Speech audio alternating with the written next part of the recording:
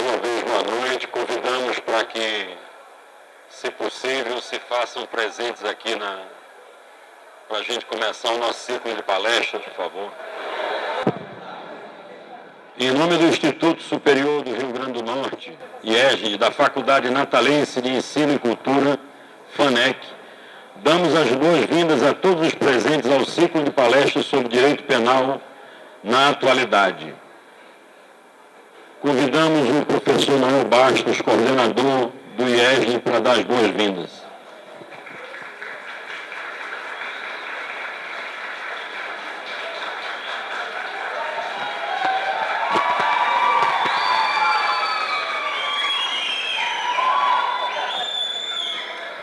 Boa noite a todos. É uma honra a presença da abertura de mais um evento da FANEC, da IESRN, hoje com convidados especiais, aqui sob a presidência do professor Fernandes Braga, e vamos começar os trabalhos desses eventos com a palestra Direito Penal na Atualidade. Agora fica aqui com o presidente aqui da tutorial. Gostaria de convidar para compor a mesa diretiva os palestrantes Dr. Écio Quaresma,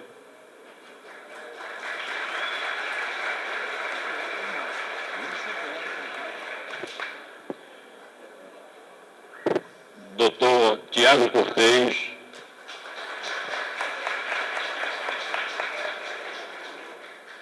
Dr. Fernandes Braga,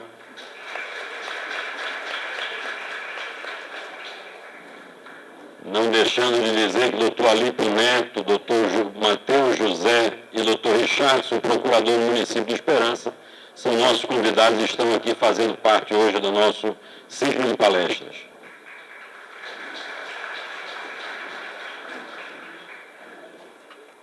Vamos convidar para a nossa primeira palestra Dr. Tiago Cortez, advogado, especialista em Direito Público pelo IDP, membro da Comissão de Transição do Governo do Estado em 2010, ex-secretário da Justiça e Cidadania do Rio Grande do Norte, conselheiro da OAB, membro fundador do IPDE, membro da Comissão Especial de Segurança Pública da Política Carcerária da OAB-RN, vice-presidente da Comissão Especial de Fiscalização e Acompanhamento de Atos Institucionais da OAB. Boa noite a todos, senhoras e senhores, meus colegas, a quem tenho o prazer de dividir essa mesa. Agradecer ao professor Fernandes Braga pelo convite. Mais uma vez, ter a ilustre presença dessa mente brilhante, doutor Écio. E vou pedir licença aqui para falar sentado, porque eu acho que eu sou o único dessa mesa aqui que não sou professor. Eu sou advogado. Então eu gosto de conversar sobre os temas. Eu acho que eu não tenho a didática dos professores. Então eu vou aqui para, como vocês, conversarmos sentados sobre um tema tão importante que me foi passado, que é exatamente a responsabilidade dos agentes políticos, a responsabilidade penal dos agentes políticos, com a nova interpretação do STF sobre o foro por prerrogativa de função, comumente conhecido como o foro privilegiado. Bom, primeiramente, isso, para mim, é uma questão que não dá nem para tratar com aspectos teóricos, com doutrina. Eu vou tratar de aspectos práticos, porque a doutrina, a lei e a Constituição do nosso país não está valendo mais já faz algum tempo. Então a gente precisa tratar com a prática.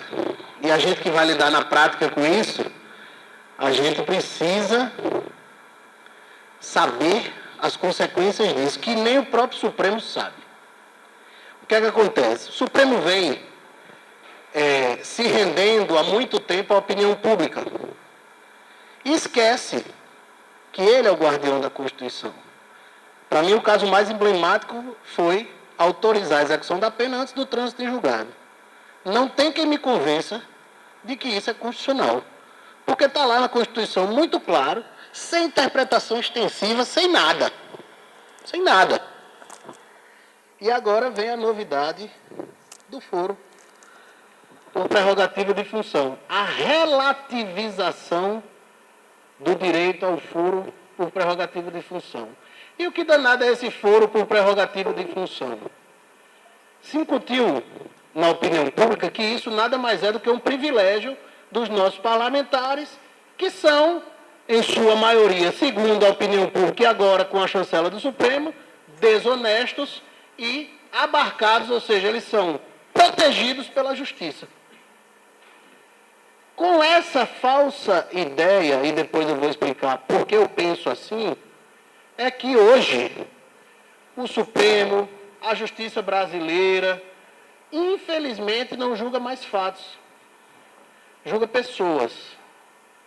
Então, se você é político e responde a uma ação penal, você sai, já bate o centro com 90% de chance de ser condenado, se não for preso preventivamente.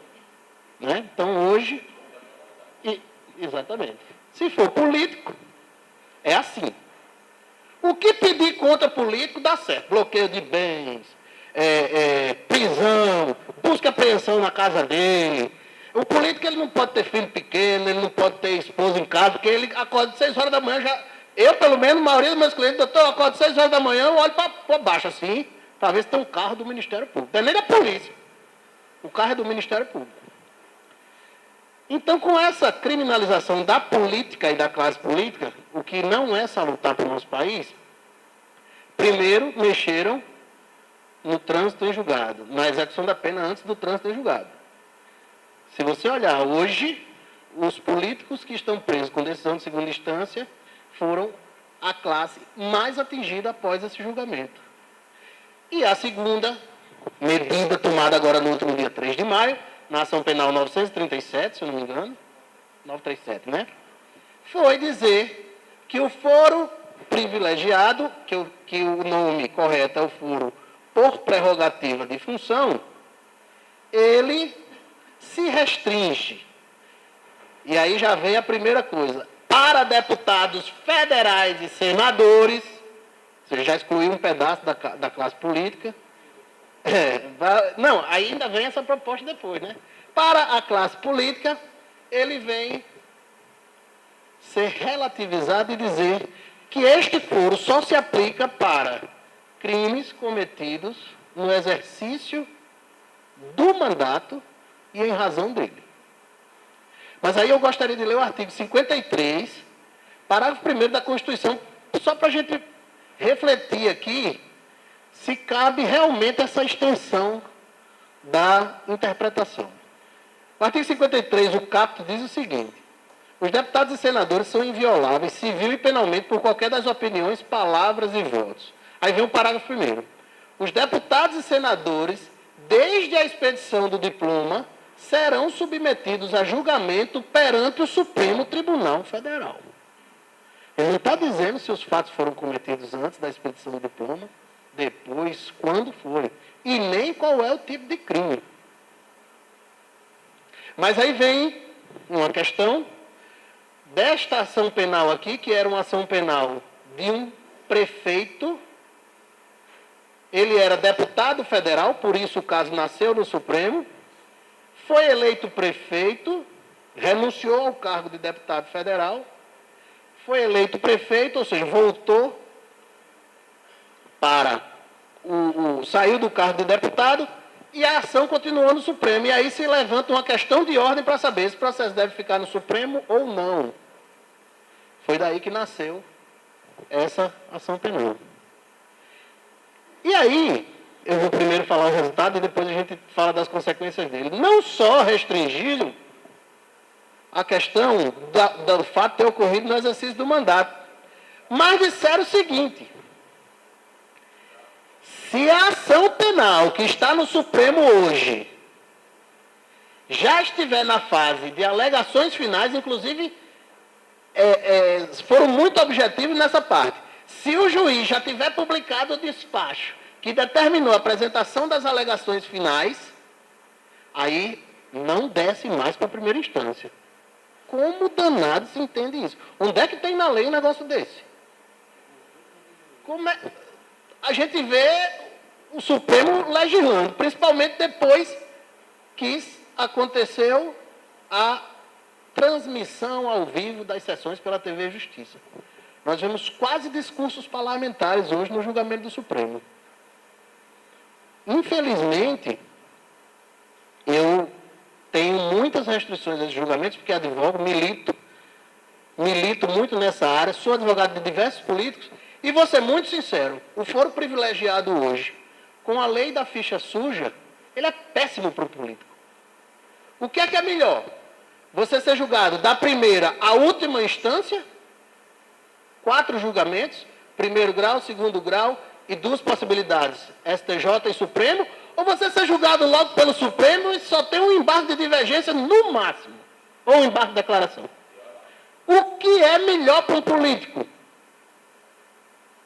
Então, essa história de dizer que muda o foro por causa da impunidade, porque a justiça não consegue julgar, porque tem muito recurso, para mim é só incompetência da justiça. E ela não pode passar isso para as partes, para o jurisdicionado, para a sociedade e para os advogados. A culpa da justiça não julgar os processos jamais será do advogado. A culpa é da justiça que não se aparelha. Porque a justiça não investe em fóruns, em concursos, em treinamento e capacitação de pessoal. Ela prefere aumentar apenas os salários dos que já estão lá. E essa crítica eu faço abertamente. Abertamente. Por quê? Porque o argumento do ministro Barroso foi impressionante. Impressionante. Primeiro ele diz o seguinte: o atual modelo da prerrogativa de função, ele traz 2 consequências graves. Aí vem, a primeira delas é de afastar o tribunal do seu verdadeiro papel, que é o de Suprema Corte, e não do Tribunal Criminal de primeiro grau. Então mude a Constituição. Mude a Constituição. A Constituição está dizendo que aqueles tipos de crimes serão julgados pelo Supremo originalmente. Não é o Supremo que tem que mudar a Constituição, é o Congresso Nacional. Mas ele vem e usa esse argumento. E usa um argumento, para mim, muito pior, que é o segundo. O ministro disse o seguinte: a ineficiência do sistema de justiça criminal. O Supremo não tem sido capaz de julgar de maneira adequada e com a devida celeridade os casos abarcados pela prerrogativa. Quer dizer que os casos cíveis que chegam no Supremo ou os outros recursos extraordinários com violação à Constituição, eles estão julgando em uma semana. Óbvio que não. O Supremo não está julgando porque não era aparelhado para isso. Se o sistema de recursos é falho, que se mude. Agora, o que não pode é querer justificativos que não são reais, porque a grande verdade aqui é atingir a classe política, criminalizar a classe política, e mais, quem é que disse que a primeira instância é mais rápida do que o Supremo? Nós temos aqui 2 atuantes, né? No primeiro grau da justiça criminal comum, eu atuo mais nos crimes contra o patrimônio público, mas não são raros os casos de denúncias ajuizadas o ano passado que nem sequer teve citação dos réus. Que primeira instância é essa? Porque o ministro diz, porque a primeira instância é mais aparelhada, o juiz é mais acostumado a fazer audiência, interrogatório, tem mais servidor. Quem foi que disse isso? Se o juiz reclama o tempo todo de não ter servidor, de não ter gente para fazer a audiência. Então, assim, as consequências reais da responsabilidade dos agentes políticos com a questão do foro é apenas uma: criminalização deles. Não importa o resultado final do processo. Esse ano nós vamos ter vários políticos alijados do processo eleitoral simplesmente porque houveram denúncias. Porque uma denúncia dessa contra um político, o adversário dele vai lá no município que ele tem a base e diz o seguinte: rapaz, não voto nele não, que ele está inelegível. Não viu não a notícia ontem? E agora que o Supremo vai mandar descer? Já já o juiz manda prender. É assim. Então, realmente, a classe política, ela precisa repensar, e aí a gente tem que reconhecer que todo esse comportamento é uma reação do comportamento da classe política ao longo de vários anos, Isso não pode ser jamais ignorado, mas também não se pode relativizar a lei e a Constituição Federal apenas para punir uma classe. Que se mude, que se usem os instrumentos legais e republicanos, e não da forma que está sendo feito. E eu vou dar aqui um exemplo de alguns casos práticos sobre o que aconteceu após esse julgamento do Supremo. O acórdão não está nem publicado, mas já foram enviadas mais de 500 ações para a primeira instância. E inquéritos. Porque se o fato penal a ação penal vai ser julgada pelo Supremo, a investigação ela é capitaneada pelo Supremo e pelo Ministério Público com autorização e acompanhamento do Supremo. Então, o que desceu de inquérito para a primeira instância não é brincadeira. E aí, um exemplo prático. Chega um promotor, primeiro grau, e aquele promotorzinho que está todo dia do lado do juiz, é amigo do juiz, tem o acesso que o advogado jamais vai ter. E tem um inquérito investigando um governador de estado, como na Paraíba desceu recentemente, para não citar o Rio Grande do Norte, e o promotor diz o seguinte, o promotor chega e faz, rapaz, o governador está obstruindo a justiça, porque hoje você se defender é obstruir a justiça. Se você perguntar, principalmente em investigações de crime contra o patrimônio público, se você perguntar a um motorista que trabalhou com você, rapaz, tu se lembra daquele negócio? Pronto, coação a testemunha, o caba vai lá no Ministério Público, e aí o promotor vai e pede a prisão do governador. Ou ele pede o afastamento do governador. Aí um governador eleito, com milhões de votos, é retirado sumariamente do cargo pela decisão de um juiz. Isso é democracia? Isso é republicano? Por mais que ele tenha errado, isso não é republicano. E é por isso que existiu o foro privilegiado. Historicamente, o foro privilegiado, ele é assim, quase centenário. É exatamente por isso, para garantir que um sujeito que conquistou um mandato eletivo dado pelo povo seja julgado por um colegiado ou por magistrados mais experientes. Isso é a garantia legal do foro por prerrogativa de função. Agora, o mais interessante, os juízes e promotores e os outros beneficiários do foro por prerrogativa de função não foram atingidos. Existe uma proposta do ministro Toffoli querendo estender a decisão do Supremo a todos os demais. Mas é muito difícil fazer isso. Por quê? Porque o foro por prerrogativa de função ele é previsto na Constituição Federal e nas constituições estaduais e nas leis orgânicas dos respectivas carreiras, como a magistratura e o Ministério Público. Quem é que tem a competência para legislar, para julgar isso? Não é o Supremo que tem competência originária. Por exemplo, o que é que aconteceu já, pelo menos da minha... Nenhum tribunal eu tinha ciência disso, mas o TRE, em recente decisão, que o relator foi, inclusive, um advogado que está lá como jurista, que é o doutor Vladimir Capistrano, um excelente juiz que está saindo muito bem do TRE, mas eu discordei dele nesse ponto. Ele mandou descer um inquérito que estava no TRE por prerrogativa de função do prefeito para a primeira instância, sendo o prefeito estando no cargo porque simplesmente não estava os fatos dentro do mandato atual do prefeito. Agora, onde é que ele está baseado nisso? Se o foro previsto para o TRE não é esse que está na Constituição Federal. Ele aplica uma simetria, pronto. Então, veja como hoje o judiciário tem poder. O judiciário só não tem mais poder do que a imprensa, porque ele está de joelhos para a imprensa. E para as redes sociais, que hoje pautam, inclusive, a imprensa. Mas nós que trabalhamos com lei, com a lei, com as fontes do direito, nós não podemos admitir esse tipo de coisa. Nós não podemos admitir. Garantir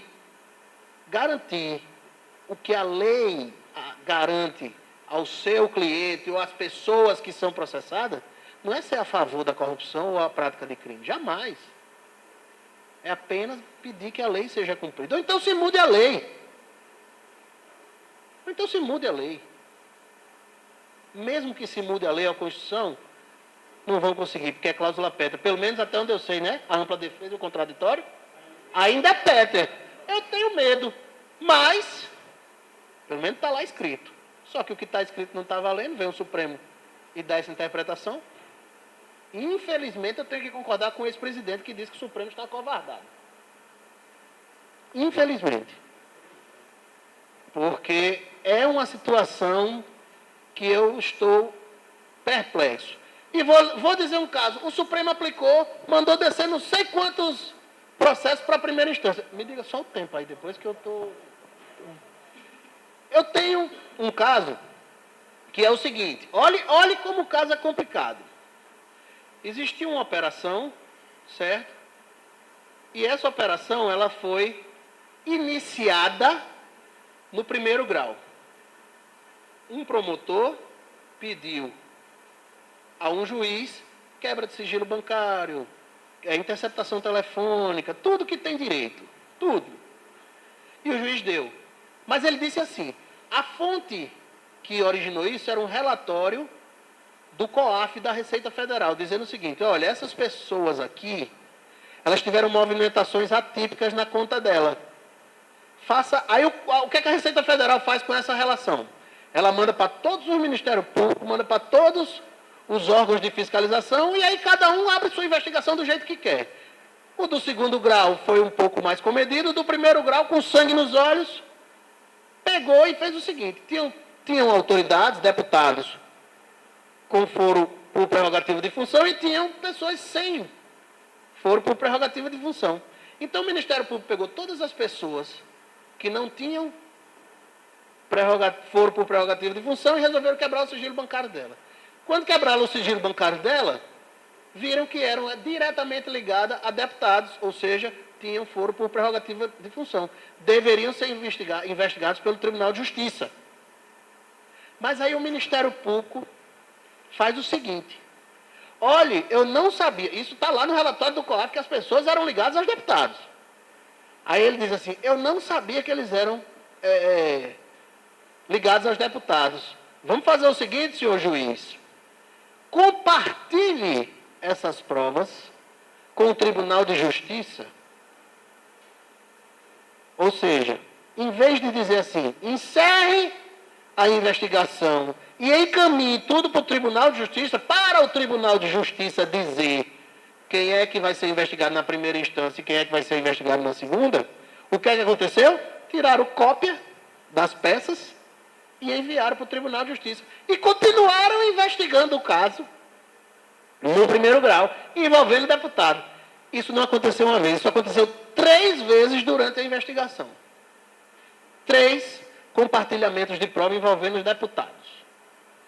Aí vem, deflagra a operação 4 anos depois, e os advogados, quando se deparam com isso, primeira coisa, nulidade.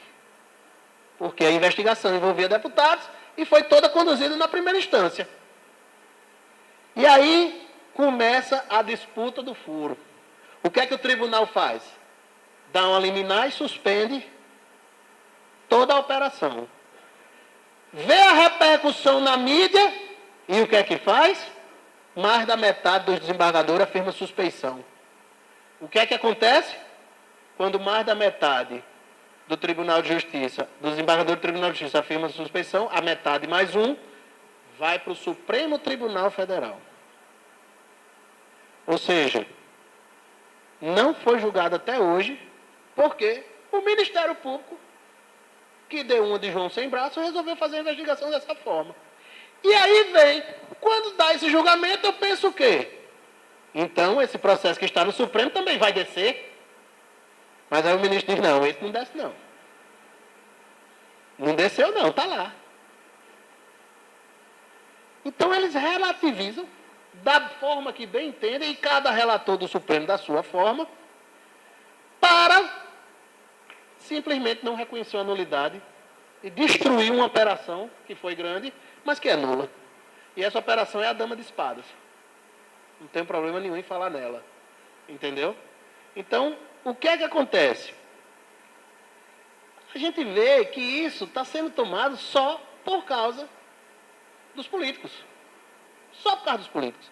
E eu tenho mais 2 casos desse. Um inquérito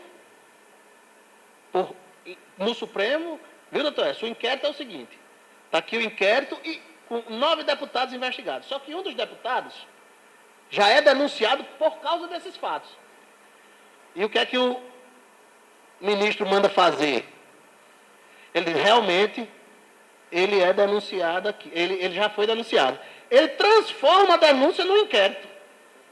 Ele transforma a denúncia no inquérito, mas ele manda a defesa apresentar resposta preliminar em 15 dias, para recebimento ou não da denúncia.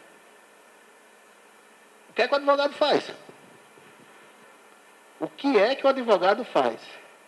Isso é a instância que diz que o Supremo julgará com muito mais clareza, como ele diz aqui, de maneira adequada e com a devida celeridade. Né? E ele diz o seguinte no inquérito. Não, o inquérito não é fácil de reconhecer nulidade. Depois está reconhecendo a ação penal, aí ele transforma a ação penal no inquérito. Só para não reconhecer a nulidade. E esse processo está lá por causa de foro por prerrogativa de função. Então, por isso que eu gosto de levantar aspectos práticos, porque às vezes o que vocês estudam, o que vocês leem nos livros e nas leis, na doutrina, não é nada a ver com a jurisprudência ou com um caso concreto. Eu tenho certeza, se esse caso envolvesse um promotor, um juiz, estava nulo da ponta até a outra. Mas como envolve políticos, não vai ser decretada essa nulidade tão cedo. Tenho certeza absoluta. Então, vejam vocês o tamanho da responsabilidade dos agentes políticos com essa nova interpretação do Supremo. E mais, o tamanho da responsabilidade de quem vai operar o direito. Porque você vai dizer uma coisa ao seu cliente e nada daquilo vai acontecer. Antes você conseguia dizer ao cliente, olha, você vai perder ou você vai ganhar. Hoje pode acontecer várias coisas nesse meio de campo. Né? Então, assim, eu fico um pouco estarrecido, mas eu, como eu digo sempre, discuto com o doutor Fernandes Braga lá no Conselho, eu não vou me render. Enquanto eu for advogado e tiver meu OAB para assinar uma peça, eu não me rendo a essa interpretação. Posso até perder até o fim, mas vou lutar até o fim. Porque é impossível admitir, ainda mais quem trabalha com isso diariamente, uma coisa dessa. E sabe quando é que vocês, ou a opinião pública, vai sentir isso? Quando vocês forem os processados. Porque o Ministério Público, antes, ele fazia o seguinte, ele processava o político, mas agora ele viu que não consegue o político sozinho. Então ele pega quem for. Se você foi lá no gabinete, pronto. Você foi no gabinete. E aí quando acontecer com você, que você tiver sua casa invadida, às 6 horas da manhã com seu filho dormindo, aí vocês vão ver a verdade. E basta ter um controle, se vocês tiverem um controle, ou procurar se interessar. Veja um promotor se defendendo, para ver se ele não usa essas teses que a gente está dizendo aqui. É igual. Ou seja, é uma régua para medir os outros e uma régua para medir eles. E isso o direito não comporta. Isso o direito não comporta. Senão não existia balança. Então, assim, eu fui avisado que tenho 5 minutos somente. Eu tenho aqui uma concordância com alguns pontos do Supremo e uma discordância de outros. Nesse ponto eu tenho que concordar com o ministro Gilmar Mendes, que realmente diz que isso é um absurdo, que isso não pode ser aceito e que isso jamais é jurídico. E tenho que concordar discordando do ministro Toffoli. Já que vai ser assim, ou seja, já que a gente descumpriu, vamos botar para todo mundo, juiz, promotor, ministro de Estado, secretário de Estado, o prefeito, vamos botar para todo mundo. Então, eu vou concluir aqui esses aspectos práticos, essa conversa, dizendo que é muito difícil se ater ao texto frio da lei. Quem hoje manda